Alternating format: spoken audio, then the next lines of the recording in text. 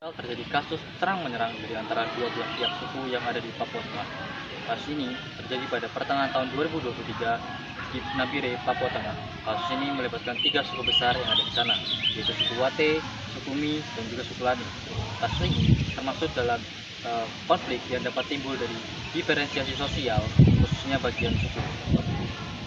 Hal yang melatar belakangi konflik ini adalah terjadinya miskomunikasi dan juga diduga adanya tindakan penggelapan.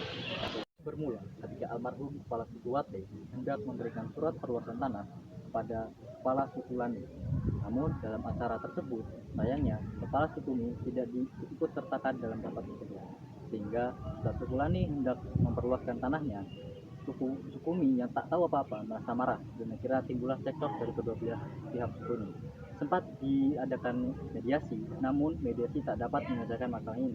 Hingga akhirnya konflik atau masalah ini dibawa ke jalur hukum. Dan pada ranah hukum terbukti kalau suku Lani memang memiliki hak atas perluasan tanah seluas 300 hektar yang menyangkut beberapa tanah dari suku Mi.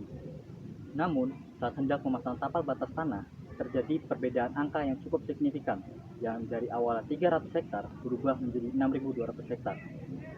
Tentu memicu kemarahan dari pihak suku Mi karena mereka dirasa dirugikan dengan perbedaan angka yang signifikan tersebut. Akhirnya, beberapa orang dari suku Mi sepakat untuk mencabut tapal batas tanah tersebut. Dan ketika suku Lani mengetahui hal ini, mereka menjadi marah dan akhirnya menunjukkan aksi protes dengan memblok akses jalan dari Trans Nabire. Nah, tak hanya memblok akses jalan, beberapa orang dari suku Lani juga menyita kendaraan milik orang-orang yang lewat dari jalan Trans Nabire tersebut. Dan hal ini membuat suku Mi menjadi marah dan akhirnya timbullah cekcok yang cukup besar. Dan ini akan menjadi tindakan serang menyerang yang pertama. Lalu keesokan harinya, sebuah keluarga yang sedang melintasi jalan Trans Nabire, mereka terhenti karena akses jalan masih belum dibuka oleh orang-orang suku Lani. Dan orang-orang suku Lani menarik paksa keluarga ini keluar dan membawanya masuk ke dalam hutan. Di dalam hutan, orang-orang dari suku Lani membunuh satu keluarga tersebut. Suku Mi yang mengetahui hal ini menjadi marah, dan inilah yang menjadi puncak dari tindakan serang menyerang tersebut.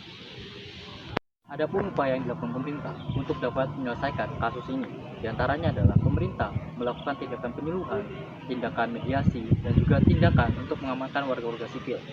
Nah, untungnya kasus ini berhasil diselesaikan pada akhir tahun 2023, di mana pemerintah melakukan tindakan mediasi terhadap orang-orang penting dari ketiga suku besar ini. Lalu, menurut kami, adapun solusi yang kami dapat tawarkan, yaitu yang pertama adalah untuk selalu memastikan tidak adanya misinformasi ketika sedang menyampaikan sesuatu yang penting. Selain itu, mohon untuk tidak adanya tindakan penggelapan. Sekian, terima kasih. 2025 telah terjadi kasus yang menghebohkan sosial media. Ada seorang anak yang mendapat hukuman dari gurunya untuk duduk di lantai. Akibat, keluarga dari anak tersebut tidak mampu untuk membayar SPP. Contoh konflik yang timbul dari stratifikasi sosial bagian kekayaan. Terjadi ketika siswa berinisial ML mendapatkan perlakuan yang berbeda dengan teman kelasnya.